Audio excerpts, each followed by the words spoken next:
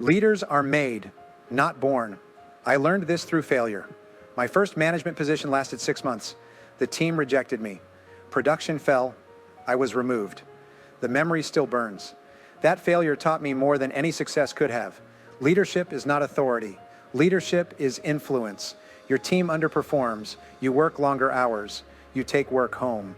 The pressure mounts. Your family feels it. Your health suffers. The gap between what your team produces and what they could produce widens. This pain is familiar to every leader. I lived it too. For years, I pushed harder, demanded more, extended deadlines. Nothing worked. The breakthrough came when I stopped trying to drive people and started trying to lift them. The solution is simpler than you think. 4 moves, 4 distinct actions that transform average teams into exceptional ones. These 4 leadership moves, clarity, accountability, development, and recognition, create a foundation that lifts team output by 150% or more. Not theory, proven practice.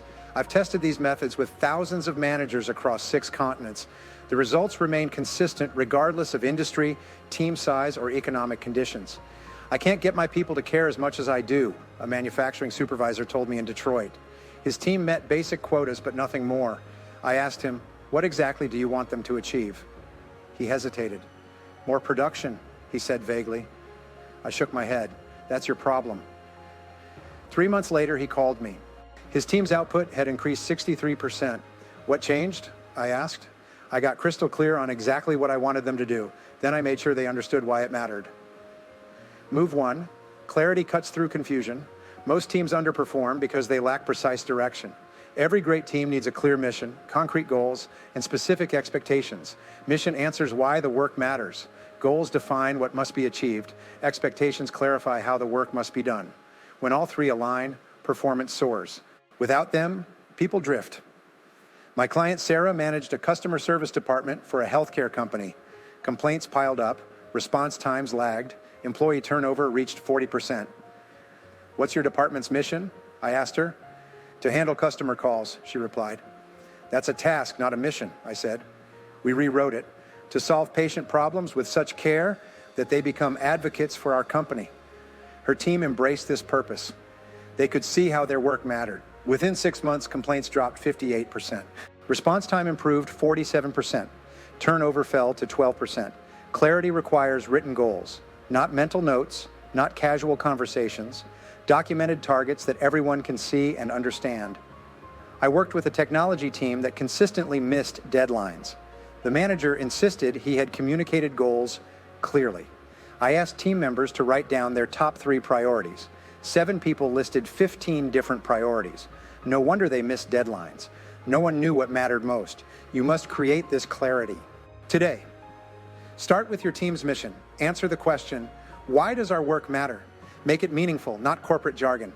Next, establish 3 to 5 specific goals with numbers and deadlines. Not improve quality, but reduce defects from 5% to 1% by June 30th. Finally, clarify expectations about how work gets done. Communication standards, decision protocols, working hours, collaboration requirements. Put it all in writing. A hunting guide in Montana once told me, "In these mountains, being off course by just 1 degree means missing your target by a quarter mile." The same applies to teams. Small misalignments create major misses. Clarity provides the true north your team needs to hit their target consistently. Provide this clarity and watch performance improve immediately. Move 2. Accountability drives action. Most managers fear accountability. They worry about conflict, pushback, damaged relationships. This fear creates weakness. A team without accountability is like a car without brakes. It moves, but not safely or effectively. Accountability isn't punishment. It's the framework that allows people to succeed. I consulted for a construction company in Phoenix. Projects ran late, quality issues multiplied, costs overran estimates. The owner complained about lazy workers. I shadowed him for a day. 3 times I watched him notice problems without addressing them. "Why didn't you say something?" I asked after a worker clearly violated safety protocols. "He knows better," the owner replied. "If he knows better but does it anyway, that's on you, not him," I said. Accountability starts with clear consequences, both positive and negative. Most leaders focus only on negative outcomes. Miss this deadline and we'll lose the client. Effective accountability balances both. Hit this target and everyone earns a bonus. Miss it and weekend work becomes mandatory until we catch up. People need to see both the carrot and the stick. The construction company implemented daily accountability sessions, 5 minutes, standing up. Each person reported on yesterday's commitments and today's plans. Problems surfaced immediately. Within 8 weeks, projects ran on schedule, quality complaints vanished, weekly one-on-one meetings formed the backbone of accountability. 15 minutes, no interruptions, 3 questions. What did you accomplish last week? What will you accomplish this week? What obstacles stand in your way? These meetings prevent surprises. They create a rhythm of responsibility. They show you care about results without micromanaging methods. I work with a sales manager in Toronto. Her team consistently missed quotas. During our first meeting, she complained about market conditions. When did you last review each salesperson's pipeline? I asked. I don't have time for that, she said. I helped her implement weekly one-on-ones, 15 minutes per salesperson. In the first month, she discovered 3 reps working with outdated price sheets, 2 focusing on low potential prospects, and 1 who didn't understand a key product feature. Sales increased 34% in 90 days without changing market conditions. Accountability requires immediate feedback, not annual reviews, not quarterly assessments. Real-time correction and recognition. See a problem? Address it today. Witness excellence? Acknowledge it now. Delayed feedback loses impact. Immediate feedback changes behavior. A hospital reduced infection rates by 87% by implementing instant feedback. Supervisors addressed hand-washing lapses the moment they occurred. No exceptions, no delays. The behavior changed because the consequences were immediate and consistent. Move 3. Development expands capacity. Average leaders use people. Great leaders grow people. The difference defines your ceiling. A team that isn't growing cannot produce growing results. Development isn't a nice extra when time allows. It's the engine that powers sustainable performance. Neglect it and watch your best people leave while average performers stagnate. I met a warehouse manager in Chicago. His team's productivity ranked last in the company network. Turnover exceeded 70% annually. These people just don't care, he told me. I walked the floor and asked 15 workers the same question. When was the last time you learned something new here? 14 couldn't remember. One said, 3 years ago when I started. The problem wasn't caring, it was boredom. People who aren't growing become disengaged. They do the minimum because the work offers them nothing beyond a paycheck. Development requires both challenge and support. Challenge without support creates anxiety. Support without challenge creates complacency. The right balance creates growth. I worked with an accounting team experiencing high error rates. The manager tried both extremes. First, she criticized mistakes harshly. Anxiety spiked. Performance dropped further. Then she backed off completely. Errors continued. We implemented a development plan, combining clear expectations with structured training. Each team member received weekly coaching focused on one specific skill. Error rates dropped 64% in 60 days. The most powerful development happens through delegation, not dumping tasks you dislike. Strategic delegation that stretches people just beyond their current abilities. A manufacturing executive complained about his overflowing email inbox. He spent evenings catching up while his assistant handled routine correspondence. I suggested he train his assistant to draft responses to all but the most sensitive messages. She can't do that, he insisted. I asked him to try anyway. Within 3 weeks, his assistant handled 80% of his email effectively. His evenings freed up. Her skills and confidence grew. Develop your people through the 3 E's: education, exposure, and experience. Education involves formal learning, courses, books, workshops. Exposure means connecting them with different people, departments, or customers to broaden perspective. Experience comes from new challenges that stretch their abilities. Ask each team member monthly, what new skill would help you perform better? Then create a development plan using the 3 E's. One hospital reduced turnover by 43% simply by creating learning plans for every employee. Move 4. Recognition reinforces excellence. What gets rewarded gets repeated. Recognition isn't soft, it's strategic. It shapes behavior more effectively than criticism ever could. Most managers under-recognize by a factor of 4. They notice what goes wrong, but take what goes right for granted. This imbalance kills motivation. A team that receives 4 times more correction than recognition will perform at a fraction of its potential. I consulted for a retail chain with high employee turnover. Exit interviews revealed a common theme. Nobody appreciated my work. The store managers insisted they did appreciate good work, they just didn't say it out loud. I implemented a recognition system requiring managers to acknowledge at least 3 specific positive behaviors daily. They resisted at first. We shouldn't have to praise people for doing their jobs, one argued. 6 months later, turnover had decreased 37%. Sales increased 22% per store.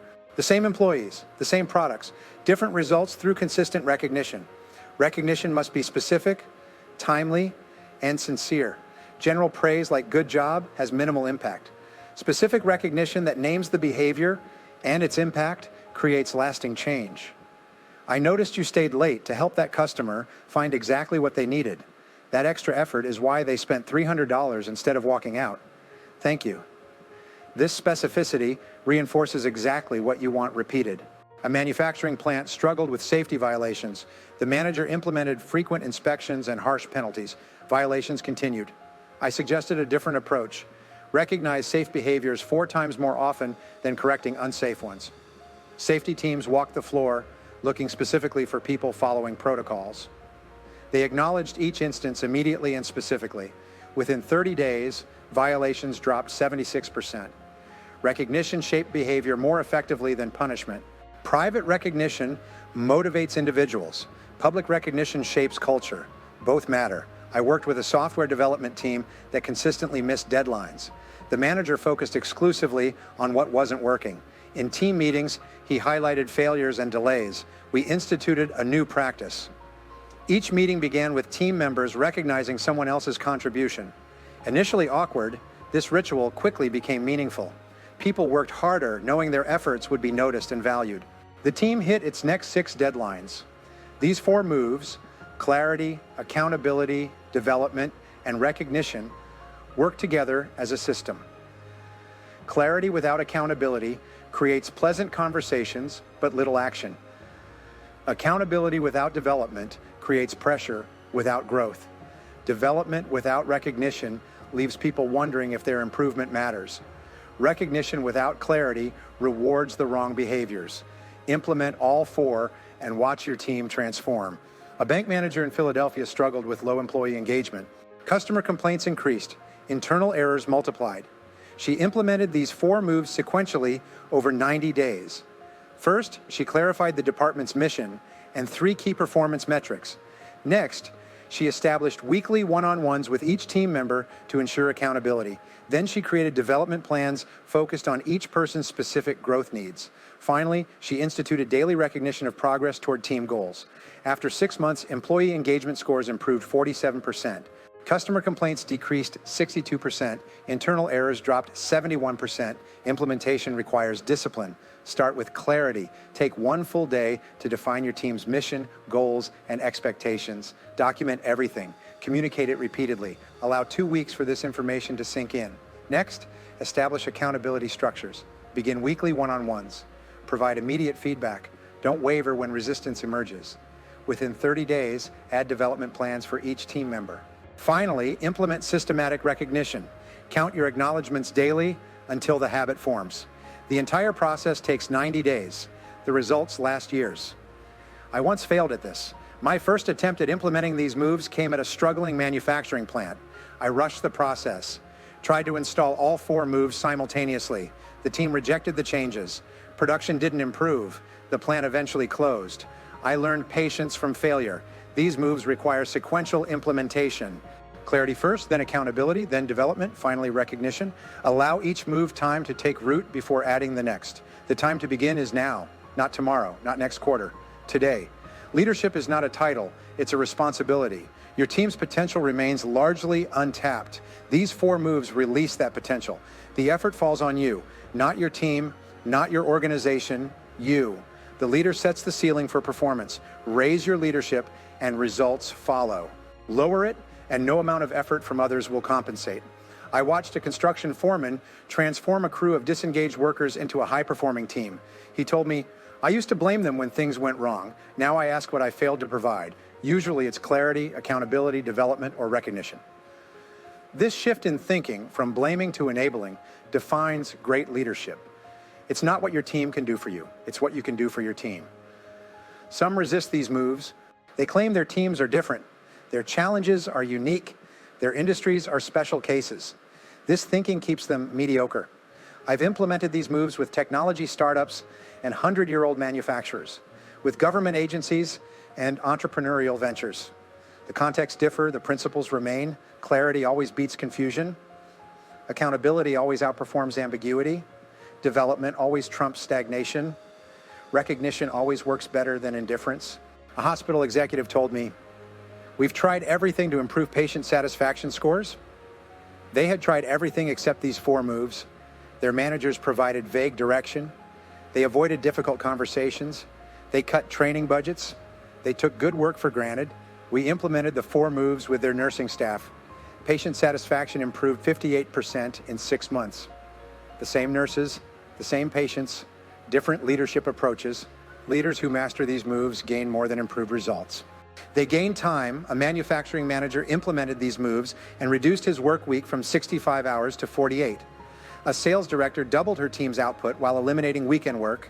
A technology executive increased project completion rates while taking his first vacation in 3 years. Effective leadership doesn't require more time. It requires the right focus. I struggled with delegation early in my career, couldn't trust others to maintain my standards. I worked 80-hour weeks supervising every detail.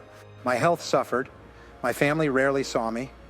A mentor noticed and said simply, "Your need for control limits your team more than their abilities do."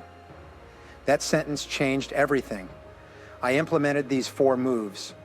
Within 6 months, my work week shrunk to 50 hours. Within a year, 45.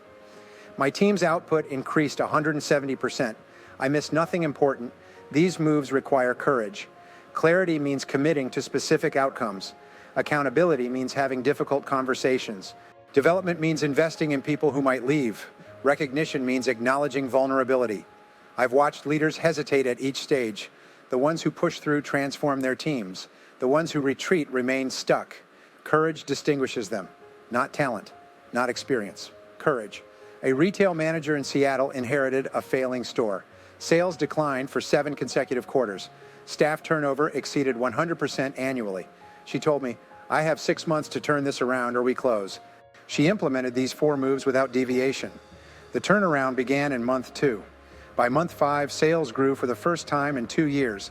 2 years later, the store ranked 3rd in the national chain. Same location, same market, different leadership. Your team needs these 4 moves from you now. Not when things calm down, not when resources increase. Now, start with clarity. Define why the work matters. Establish concrete goals. Clarify specific expectations. Put it in writing today. Begin accountability next week. Schedule one-on-ones. Provide immediate feedback. Add development plans within 30 days. Create learning opportunities using education, exposure, and experience. Implement recognition within 60 days. Acknowledge specific behaviors that drive results. What stands between your team and exceptional performance isn't talent, resources, or market conditions. It's leadership, your leadership. These 4 moves, clarity, accountability, development, and recognition, transform average teams into exceptional ones. I've seen it happen in every industry, in every economic condition, with teams of all sizes. The variable isn't the team, it's the leader. The time to act is now. Your team's potential remains untapped. Their capacity exceeds their current output by at least 150%. This gap closes through leadership, not through hiring, firing, or reorganizing. The 4 moves provide the framework. The implementation depends on you. Start today. Your team is waiting. Why?